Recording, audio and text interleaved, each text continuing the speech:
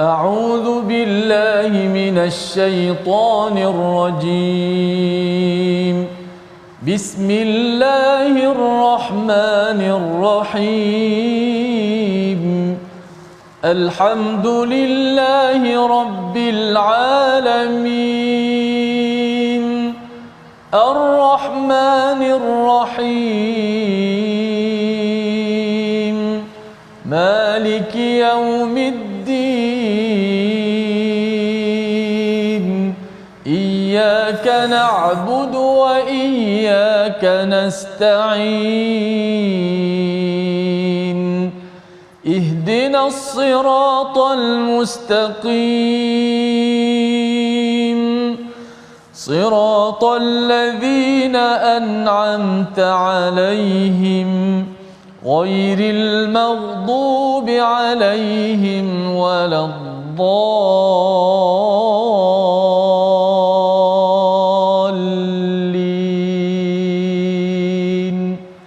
آمين. Assalamualaikum warahmatullahi wabarakatuh. Alhamdulillah wassalatu wassalamu ala Rasulillah wa ala alihi wa man walah. Syada la ilaha illallah, syada Muhammadan abduhu wa rasuluh.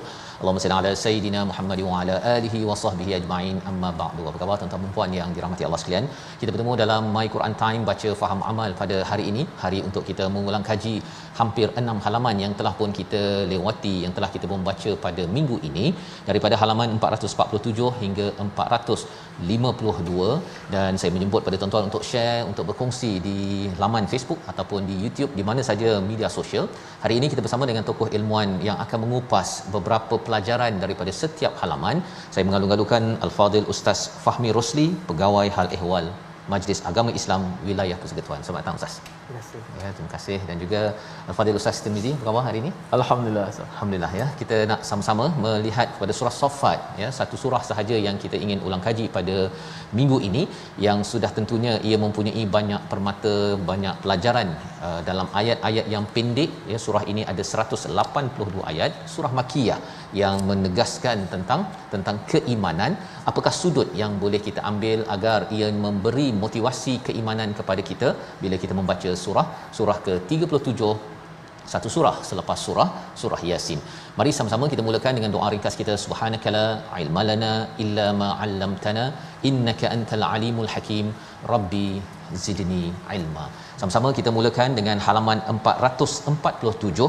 Kita nak melihat kepada satu istilah yang banyak berulang dalam surah As-Saffat ini, iaitu ibadallahil mukhlasin ya, pada ayat 40, 74, 160 dan 169, berbanding dengan istilah ibadil mukminin yang kita akan lihat beberapa pada ayat seterusnya. Jadi mari sama-sama kita baca dahulu ayat 39 hingga 42 untuk kita memaknai apakah yang dimaksudkan dengan ibadallahil mukhlasin, agar kita tercerahkan dengan ayat-ayat yang kita baca dalam surah As-Saffat bersama Ustaz Tirmizi. A'udzubillahi minasyaitonirrajim. Bismillahirrahmanirrahim. Wa ma tujzauna illa ma kuntum ta'malun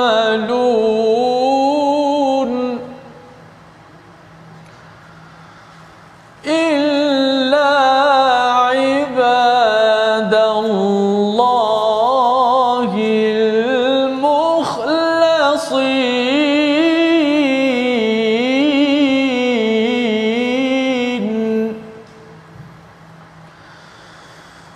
ulaika lahum rizqum ma'lum fawakihu wa hum mukramun.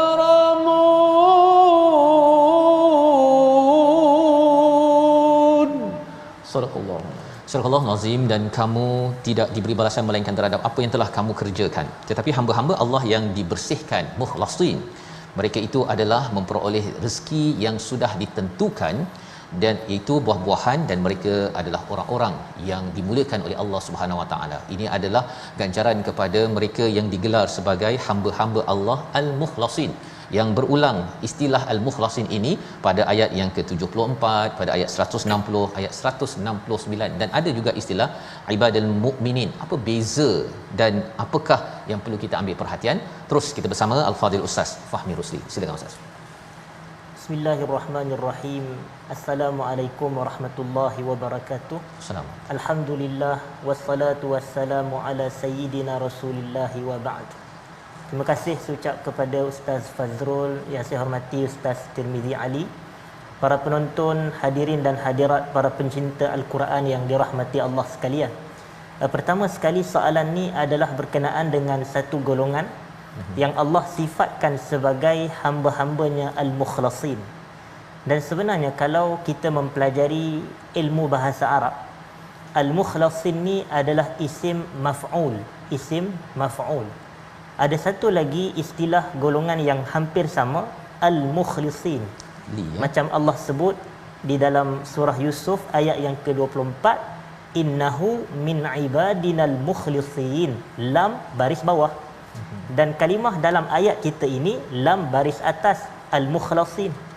Al-mukhlasin adalah isim maf'ul, manakala al-mukhlisin adalah isim fa'il, kata pelaku, kata pembuat. Jadi apa perbezaan? Nampak sama tetapi ada perbezaan dari sudut makna. Maka kita katakan al-mukhlasin adalah individu yang Allah pilih mereka ini untuk melakukan ketaatan. Itu isim maf'ul, individu yang dipilih oleh Allah Subhanahu wa taala untuk melakukan ketaatan, itu satu makna. Dan yang kedua, individu yang dibersihkan oleh Allah daripada dosa kekufuran dan kesyirikan. Itu dua makna al-mukhlasin sebenarnya.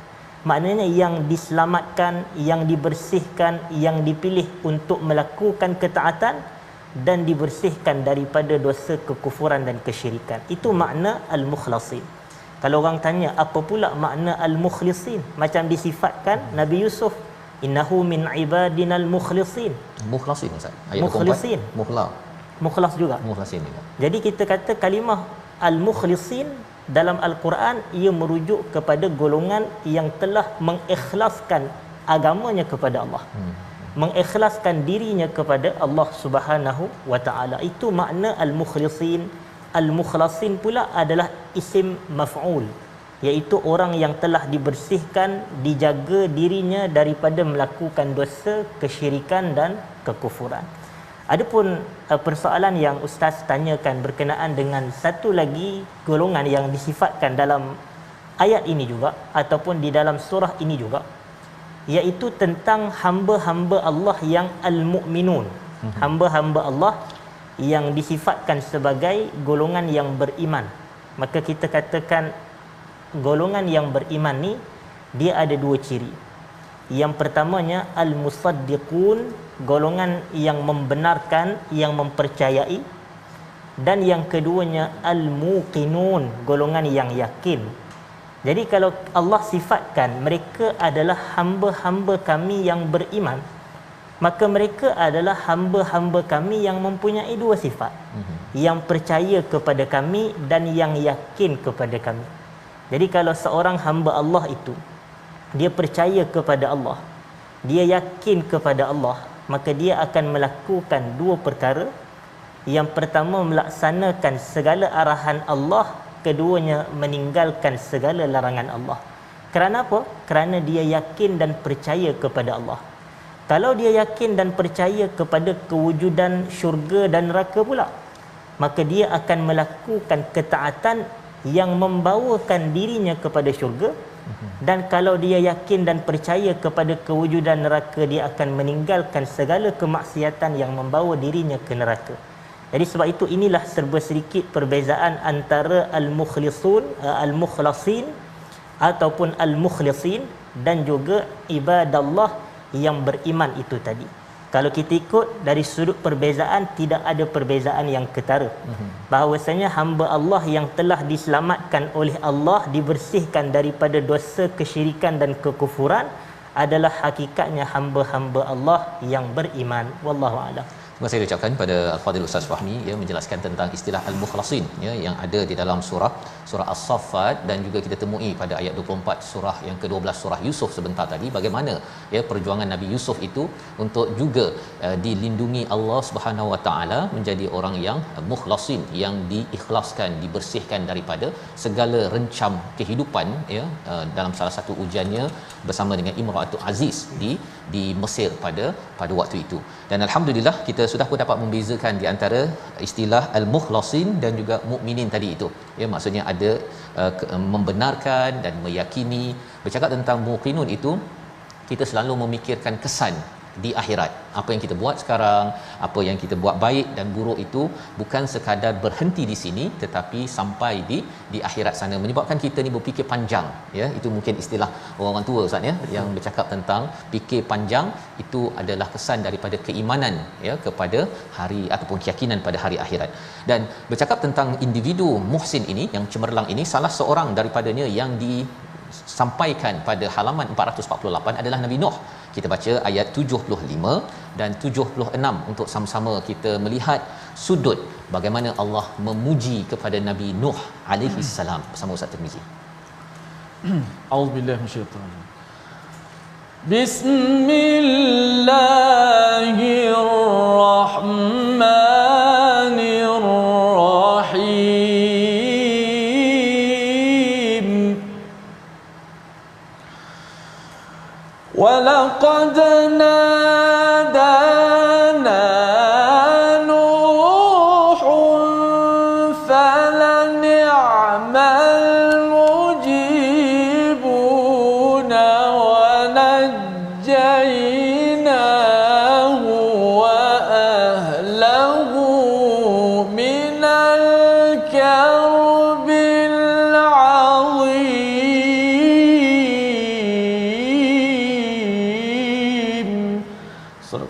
Surah Al-Azim ayat 75, kecuali dan sesungguhnya Nabi Nuh telah berdoa kepada kami, maka kamilah sebaik-baik yang memperkenankan doa. Kami telah menyelamatkan dia dan pengikutnya daripada sebuah bencana yang besar. Istilah karbil azim juga digunakan dalam surah ini untuk Nabi Musa dan juga Nabi Harun. Jadi apabila bercakap tentang mukhlasin, dimaklumkan pada ayat 74, dimaklumkan lagi tentang kisah Nabi Nuh dan selamat Ustaz ya. Jadi kalau boleh Ustaz boleh cerahkan sebenarnya apa maksud karbil azim di sini. Ia merujuk pada bencana di dunia ke dengan ataupun di akhirat bila seseorang itu mendapat status mukhlasin sebentar tadi. Silakan. Baik. Apabila Allah Subhanahu Wa Taala mensifatkan kami telah menyelamatkan dia, iaitu merujuk kepada Nabi Nuh alaihi salam wa ahlahu, dan ahlinya.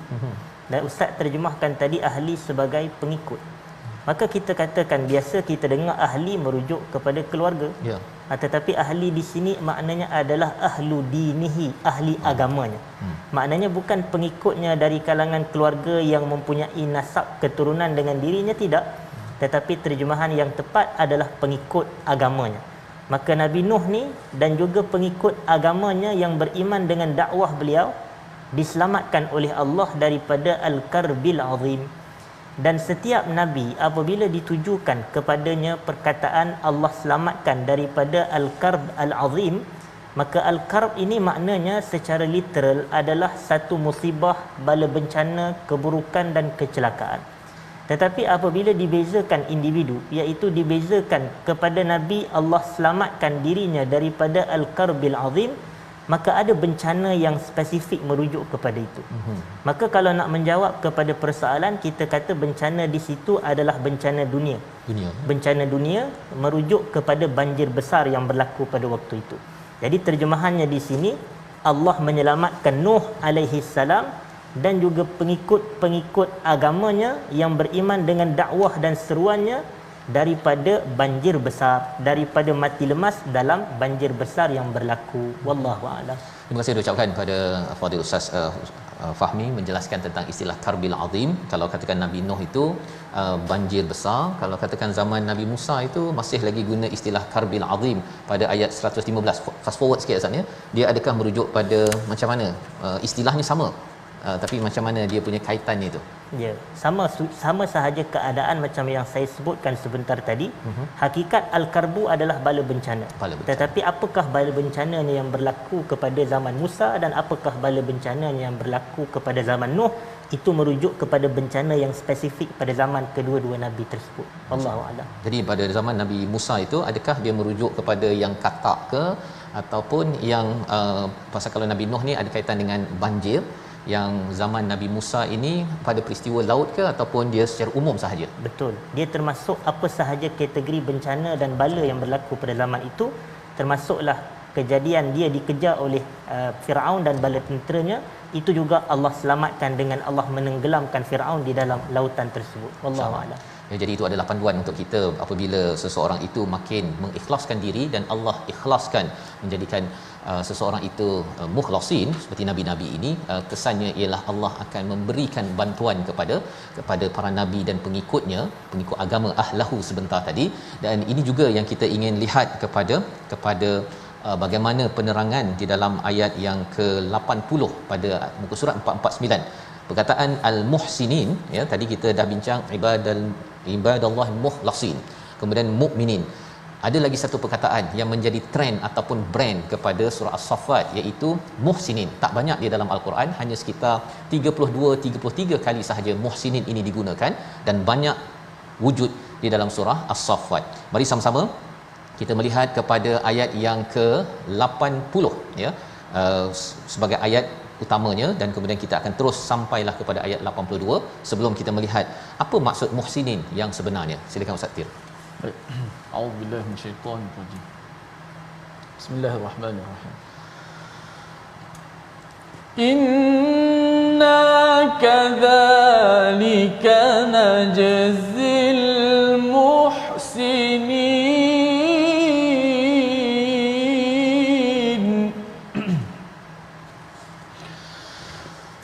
Inna kadzalika najzil muhsinin innahu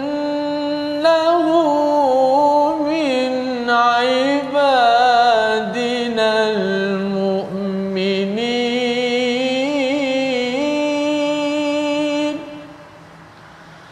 thumma aghraqna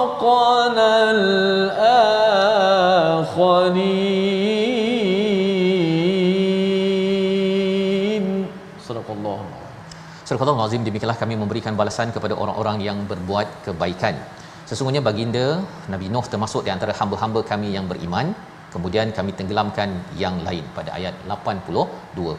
Jadi di sini kita sudah pun berkenalan dengan istilah mukhlasin, mukminin, tapi ada satu lagi istilah yang pasti bagi tuan-tuan yang mendalami membaca surah As-Saffat. Bila berulang perkataan muhsinin ini Ustaz, dia mesti terpanggil, mengapa banyak kali berulang perkataan ini? Apa ciri yang ada pada Nabi Nuh, dan bagaimana pula pada zaman ini kita ingin mencontohi Nabi Nuh sehingga diangkat menjadi orang yang muhsinin, diberikan balasan seperti yang dinyatakan dalam surah As-Saffat. Sama Ustaz. Baik, jadi kita telah diketengahkan dengan 3 istilah golongan, iaitu daripada awal tadi al-mukhlasin, dan kita dah tahu apa maknanya, golongan yang Allah selamatkan, golongan yang Allah pilih daripada melakukan kejahatan, dosa, kekufuran dan kesyirikan.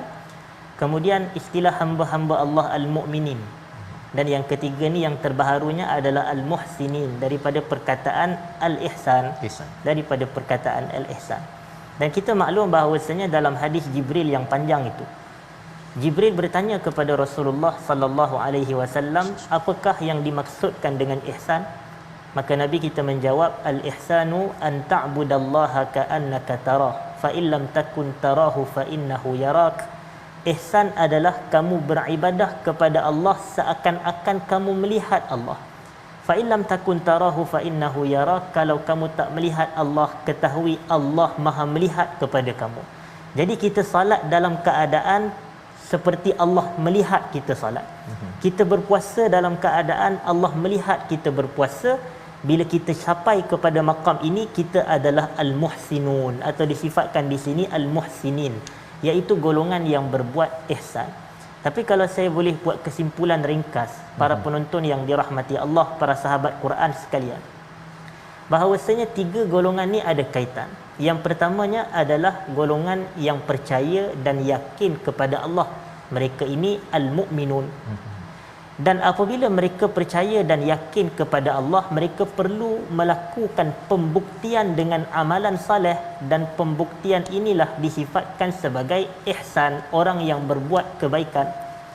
Dan apabila mereka melakukan kebaikan, hasil kepercayaan dan keyakinan mereka kepada Allah, Allah akan golongkan mereka dalam kalangan al-mukhlasin, yang diberikan keselamatan daripada dosa-dosa. Jadi itulah dia punya flow dia. Dia punya turutan bahawasanya kita beriman, dan iman dibuktikan dengan ihsan, dan ihsan akan menjadikan kita minal mukhlasin. Wallahu a'lam. Masya-Allah, itu adalah flow ya. Dia punya rantaian bagaimana daripada kita sebagai seorang hamba menjadi orang beriman, naik lagi kalau kita naikkan dengan ihsan sebentar tadi, dan sudah tentunya kita inginkan kita menjadi golongan yang dilindungi Allah, mukhlasin sebentar tadi, dan kita akan sama-sama melihat selepas ini bagaimana walaupun ayahnya ataupun mungkin atuknya adalah orang beriman, tapi tidak semestinya, ataupun orang baik, tidak semestinya anaknya baik ya. Bagaimana formula untuk kita memastikan anak generasi kita, masyarakat kita menjadi golongan muhsinin. Kita berehat sebentar, kembali dalam My Quran Time, baca faham amal, insya-Allah.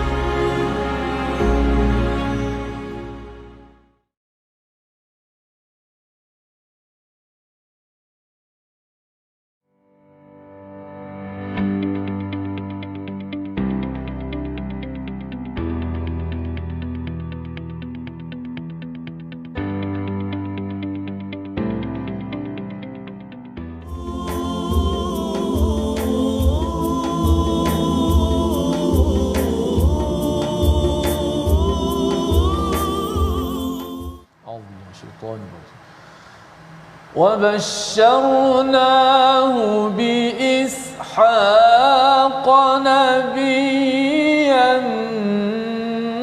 من الصالحين وباركنا عليه وعلى إسحاق ومن ذريتهما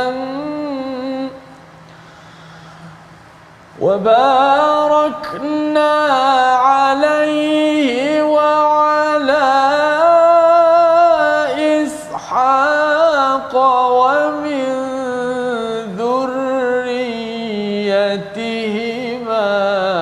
محسن وظالم لنفسه مبين.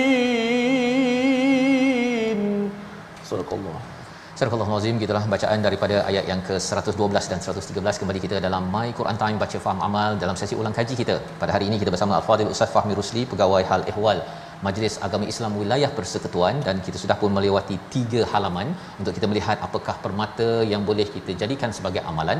Dan sebentar tadi pada ayat yang ke-112 Allah menyatakan, dan kami memberikan Nabi Ibrahim kabar gembira dengan gelaran ataupun dengan kelahiran Nabi Ishak, seorang nabi yang termasuk di kalangan orang-orang yang soleh.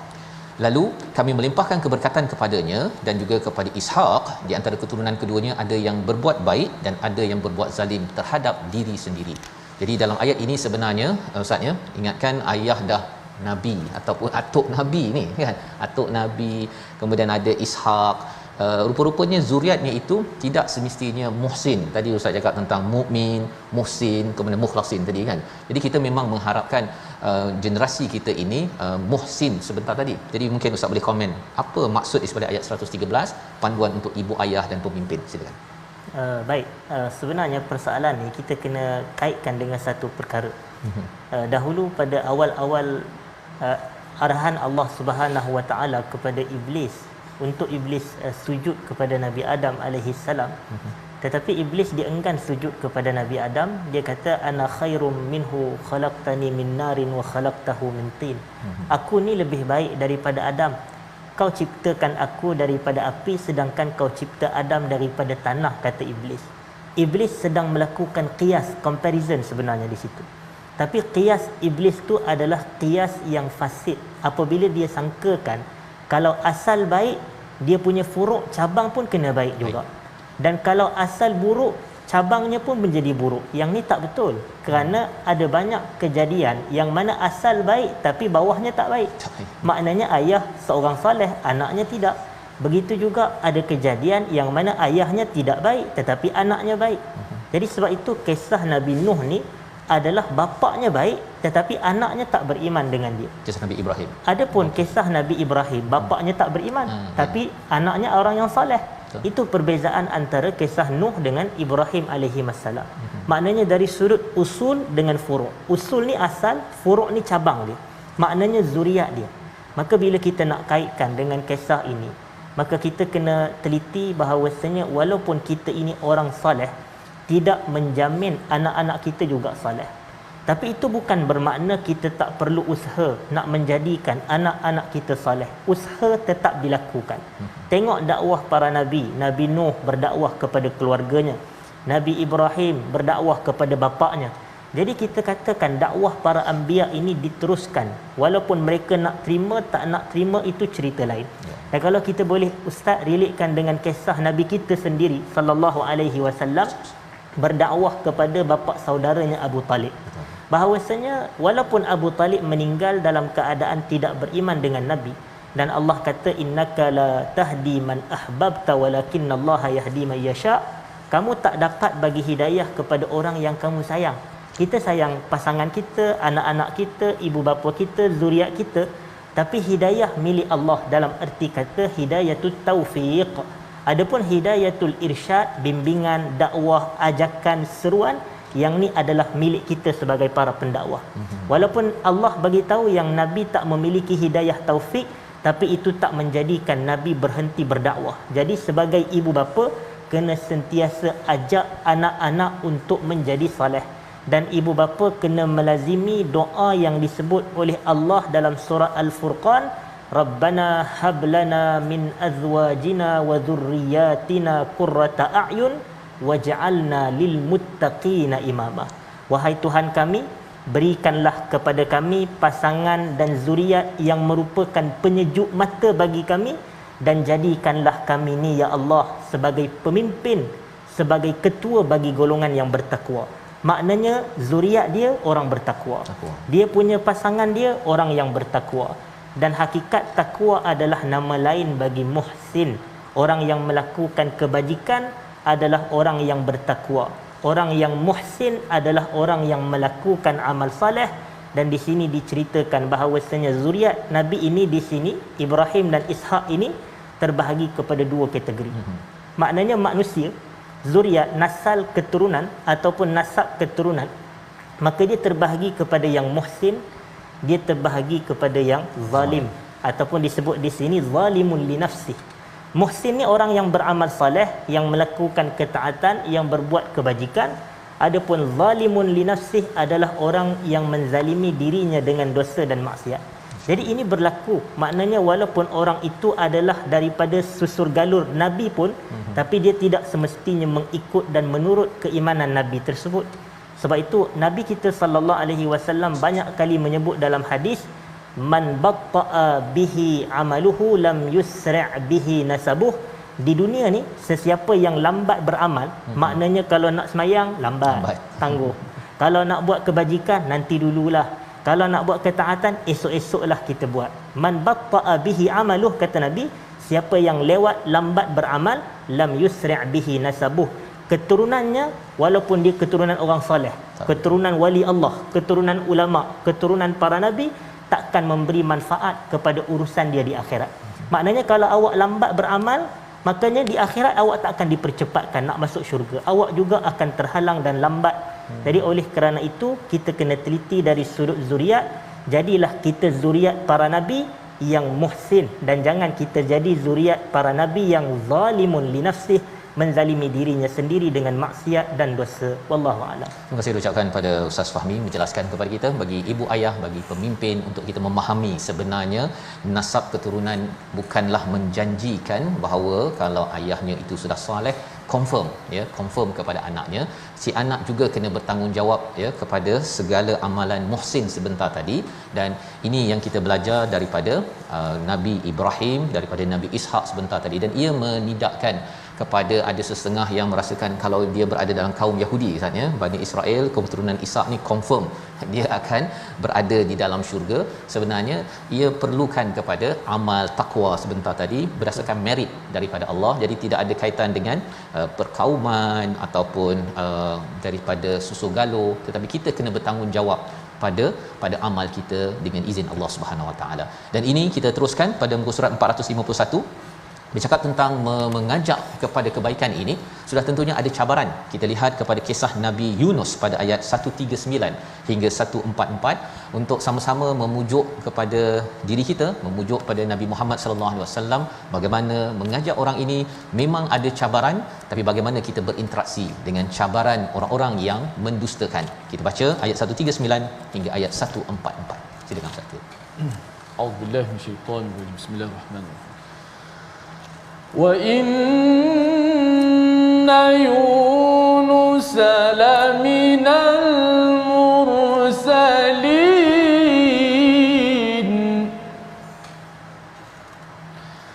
إِذْ أَبَقَ إِلَى الْفُلْكِ الْمَشْحُونِ فَسَاهَمَ فَكَانَ مِنَ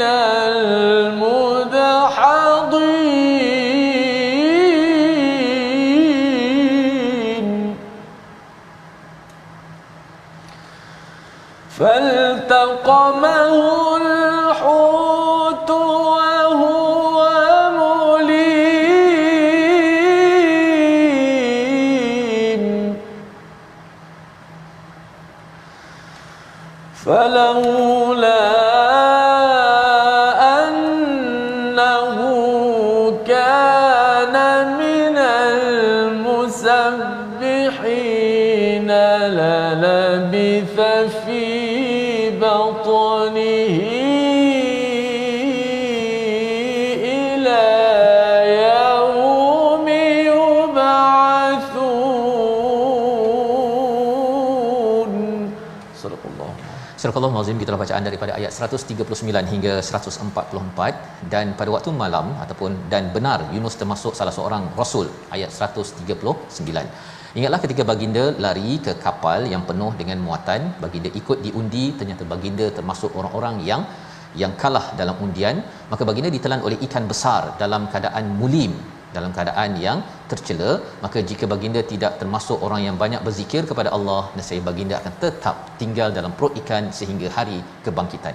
Itu adalah bahagian pertama kisah Nabi Yunus yang diabadikan dalam surah As-Saffat.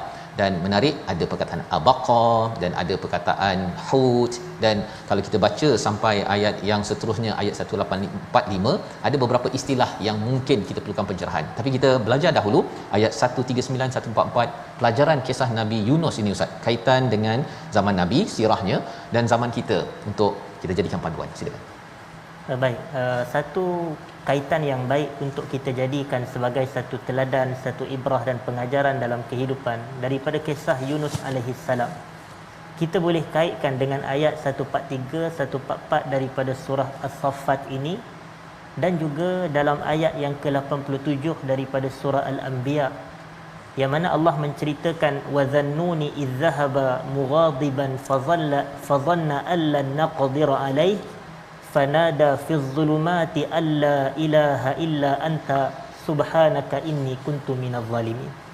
Dan Nabi Yunus apabila dia pergi meninggalkan kaumnya dalam keadaan marah kepada mereka, fadhanna allan naqdir alaih, lalu dia menyangka yang kami takkan dapat mengambil tindakan atas perbuatannya melarikan diri tersebut. Fanada fi dhulumat, lalu Nabi Yunus berdoa dalam az-zulumat, kegelapan-kegelapan, merujuk kepada kegelapan perut ikan, kegelapan lautan dan kegelapan malam. Sebab itu az-zulumat datang dalam bentuk jamak, dalam plural. Kemudian dia berdoa, dia kata la ilaha illa anta, tidak ada Tuhan selainmu ya Allah, subhanak, maha suci kamu, aku tergolong dalam kalangan orang yang menzalimi diri sendiri. Dan Allah memberitahu selepas daripada ayat ke-87 tersebut, fastajabna lahu wa najjaynahu minal gham wa kadzalika nunjil mu'minin. Kami mustajabkan doanya dan kami selamatkan Yunus daripada malapetaka yang menimpanya, ditelan oleh ikan nun, ikan paus besar itu, dan kemudian demikianlah kami menyelamatkan orang-orang yang beriman. Walaupun dia kata aku ni minaz zalimin, aku adalah orang yang menzalimi diri, tapi Allah kata tidak, Yunus adalah hamba kami yang beriman. Jadi kita nampak apabila Nabi Yunus ni ditimpa musibah, kecelakaan dan kesulitan dalam hidup, dia segera berdoa kepada Allah. Dia minta bantuan, pertolongan, keselamatan dan perlindungan Tuhan, dan ajaibnya Ustaz, Allah segera mustajabkan. Fastajabna lahu wa najjaynahu minal gham. Jadi macam mana kita ni sebagai manusia pada akhir zaman, kita juga akan diuji dengan kesenangan, dengan kesulitan. Jadi macam mana kita nak selamat daripada kesulitan, kena tengok apa yang Nabi Yunus buat. Nabi Yunus ni Allah mustajabkan doanya bukan kerana semata dia Nabi, tidak. Kalaulah doa mereka ini mustajab kerana mereka Nabi, susahlah kita, kerana kita bukan Nabi nak mencapai doa yang mustajab. Lalu Allah sebut dalam surah Al-Anbiya itu, innahum kanu yusari'una fil khairat wa yad'unana raghaban wa rahaba wa kanu lana khashi'in. Mereka ini adalah golongan yang sentiasa bersegera melakukan kebaikan. Nampak? Cepat nak buat baik, laju, segera. Dan mereka berdoa dengan penuh pengharapan dan rasa takut. Mereka khusyuk dalam beribadah kepada kami. Dan ibadah paling utama yang menyelamatkan Yunus daripada kesulitan dan kesukaran adalah semasa dia senang, dia banyak bertasbih kepada Allah. Dia banyak bertasbih kepada Allah sehingga Allah kata falaula annahu kana minal musabbihin la labitha fi batnihi ila yaumi yub'atsun. Kalaulah Yunus tidak tergolong dalam kalangan orang yang banyak bertasbih kepada Allah, subhanallah, subhanallah, subhanallah, nescaya dia akan kekal berada dalam perut ikan nun sehingga hari kiamat, Allah kata. Jadi apa yang menyelamatkan Nabi Yunus daripada kesulitan dan kesukaran tersebut? Tasbih dia kepada Allah. Jadi semua para nabi yang kita telah ceritakan sebelum ini, Ibrahim ke, Ishak ke, Nuh ke, Yunus, mereka adalah golongan yang mengingati Allah semasa mereka senang, lalu apabila mereka susah, Allah membantu dan menolong mereka daripada kesusahan dan kesulitan tersebut. Inilah pengajaran yang boleh kita ambil iktibar. Kita sebagai hamba Allah akan diuji dengan kesenangan dan kesusahan. Kita nak Allah bantu kita semasa kita susah, masa kita senang, kita kena ingat Allah. Seperti yang Nabi sallallahu alaihi wasallam sebut, ta'arraf ila Allahi fir raha ya'rifuka fi syiddah. Kenallah Allah semasa kamu senang, Allah akan kenal kamu, ingat kamu, tolong kamu semasa kamu susah. Wallahu a'lam. InsyaAllah itu adalah penerangan bagaimana ya kita mengambil contoh daripada Nabi Yunus alaihi salam, di mana bila Nabi Yunus menyatakan dalam surah Al-Anbiya la ilaha illa anta subhanaka inni kuntu minadh dhalimin, itu rupa-rupanya Allah terus kabulkan Ustaz ya, disebabkan dalam keadaan senang Nabi Yunus bersegera berbuat kebaikan dan juga berdoa pada Allah ya, bertasbih mengingat Allah. Inilah amalan yang kita boleh amalkan kerana kita tahu bahawa ada masa kita senang, jangan kita isikan dengan perkara yang sia-sia, tetapi dengan bersegera dalam kebaikan, peluang untuk kita buat ekstra ya dari segi amal kebaikan. Moga-moga ia menjadi asbab rahmat Allah turun ketika kita amat memerlukan dalam kehidupan kita seharian. Dan ini dibuktikan pada ayat 145, ayat 146 dihamburkan ataupun selepas itu Nabi Yunus keluar daripada perut ikan tersebut di satu daerah tandus dan beliau sakit. Wa ambatna alaihi syajaratan min yaqtin. Mungkinlah sikit ringkas Ustaz ya, walaupun sebenarnya mungkin ada yang tertanya-tanya, yaqtin ni Ustaz dulu mungkin di Jordan ke ataupun di luar negara pernah ke jumpa yaqtin ini, ataupun zaman sekarang tak ada yaqtin dah? Silakan. Sejujurnya saya tidak pernah jumpa yang disebut sebagai yaqtin tu, melainkan ni adalah istilah Qurani yang Quran ceritakan ia adalah sejenis pokok yang berbuah. Jadi oleh kerana itu tujuan Allah berikan kepada Nabi Yunus tak lain tak bukan adalah untuk menghilangkan kesakitan dia, keluarnya dia daripada perut ikan. Biasalah kita apabila kita terperangkap dalam perut ikan, kita berada dalam kelaparan, kesakitan, kesusahan. Jadi Allah memberikan satu asbab dengan adanya pokok yaktin ini untuk Nabi Yunus menjadi sihat dan sembuh. Wallahu a'lam. Jadi ini adalah sebagai asbab Allah Sebagai hantarkan. Yang pentingnya kita memahami hidayah daripada perkara ini bukannya mencari yaktin, ya, mungkin tak jumpa-jumpa ataupun makan yaktin pun tak sembuh-sembuh. Rupa-rupanya yang menyembuhkan Allah kerana Allah mengurniakan rahmat, ya, kerana kita bersegera buat kebaikan, kita mengingat Allah dan juga bertasbih. Itu perkara penting. Kadang-kadang ada orang dia ambil sudut, oh ini boleh buat bisnes ni, mencari, rupa-rupanya dia terlupa bahawa ada ayat-ayat sebelum itu. Dan sudah tentunya bercakap tentang doa di hujung surah As-Saffat ini, ayat 180, 181, 182 kita ingin baca. Biasa kita dengar imam membaca, kita berdoa, kita ada baca bacaan ini bersama Ustaz Tirmizi dan kita nak memahami apakah isi kandung ayat 180, 182. Silakan Ustaz. Auzubillahi minasyaitanir rajim. Bismillahirrahmanirrahim. Subhana rabbika bil izzati amma yasifun wa salamun alal mursalin walhamdulillahi rabbil alamin. Sadaqallah. Surah Al-Azim, Maha Suci Tuhanmu, Tuhan yang Maha Perkasa daripada sifat yang mereka katakan, dan selamat sejahtera bagi para rasul dan segala puji bagi Allah Tuhan seluruh alam. Dalam masa pendek 2 minit ini, apakah sebenarnya yang selalu kita ulang dalam doa Ustaz agar kita dapat menjiwai perkataan ini setiap kali kita berdoa? Silakan. Baik, dahulu pada zaman Nabi sallallahu alaihi wasallam ada seorang lelaki yang dia berdoa tetapi dia tak memulakan doa dengan puji Allah dan selawat ke atas Rasulullah sallallahu alaihi wasallam. Kemudian baginda kata lelaki ini gopoh gapah dalam berdoa, iza salla ahadukum falyabda bitahmidi rabbih wassana'i alaih summa yusalli ala nabi sallallahu alaihi wasallam summa yad'u bima yasha. Apabila salah seorang kamu nak berdoa, hendaklah dia memulakan doanya dengan puji Allah terlebih dahulu, kemudian selawat ke atas Nabi sallallahu alaihi wasallam. Kalau kita rujuk dalam kitab Al-Azkar oleh Al-Imam An-Nawawi, antara adab untuk kita memulakan doa dan adab untuk kita menamatkan doa adalah dengan memuji Allah dan selawat ke atas Rasulullah sallallahu alaihi wasallam. Sebab itu sebahagian imam-imam kita semasa salat sebelum nak mula doa, alhamdulillah wassalatu wassalam ala Rasulillah, dan mengakhiri dengan subhana rabbika rabbil izzati amma yasifun, termasuk pujian kepada Allah, wassalamun alal mursalin, dan ucapan salam kepada para rasul, dan nabi kita termasuk dalam kalangan rasul. Jadi termasuk juga salam ke atas Rasulullah, wassalamun alal mursalin walhamdulillahi rabbil alamin, dan segala puji bagi Allah Tuhan sekalian alam. Ini juga termasuk dalam pujian kepada Allah. Sebahagian ulama mensifatkan doa ni sebagai doa kafaratul majlis, doa penutup dan penamat bagi majlis, kerana ada riwayat daripada beberapa sahabat Nabi.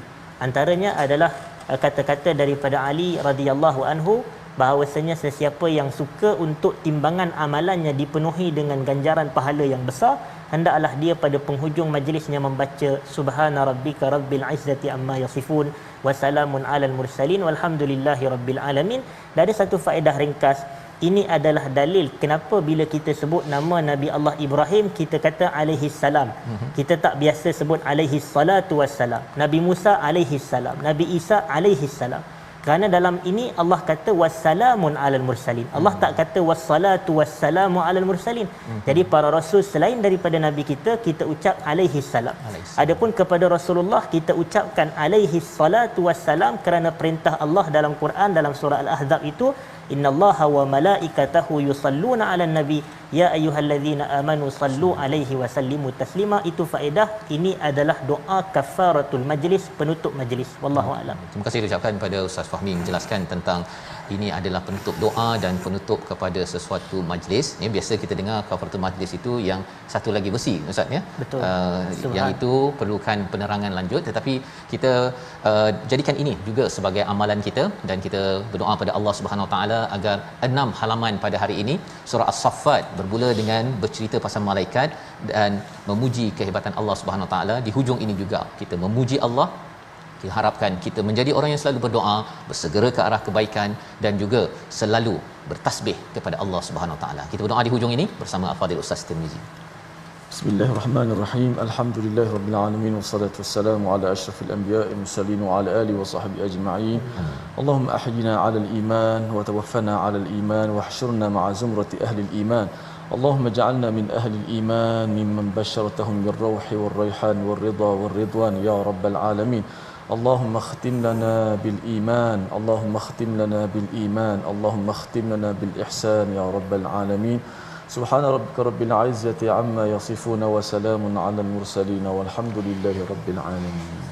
Amin ya rabbal alamin. Moga-moga Allah mengabulkan doa kita dan saya ucapkan ribuan terima kasih kepada Al-Fadhil Ustaz Fahmi Rusli, Pegawai Hal Ehwal Majlis Agama Islam Wilayah Persekutuan, sudi bersama pada hari ini untuk kita sama-sama melihat surah As-Saffat dengan lebih mendalam. Kita harapkan dengan kefahaman ini menjelaskan lagi menjadi asas hidayah dalam kehidupan kita seharian, dan kita akan menyambung pada hari esok iaitu surah Sad, surah yang ke-38 penuh dengan cerita menarik dan dalam masa yang sama bercakap tentang seruan tadabbur, tadzakur kepada Al-Quran. Kita bertemu lagi My Quran Time, baca faham amal, insya-Allah.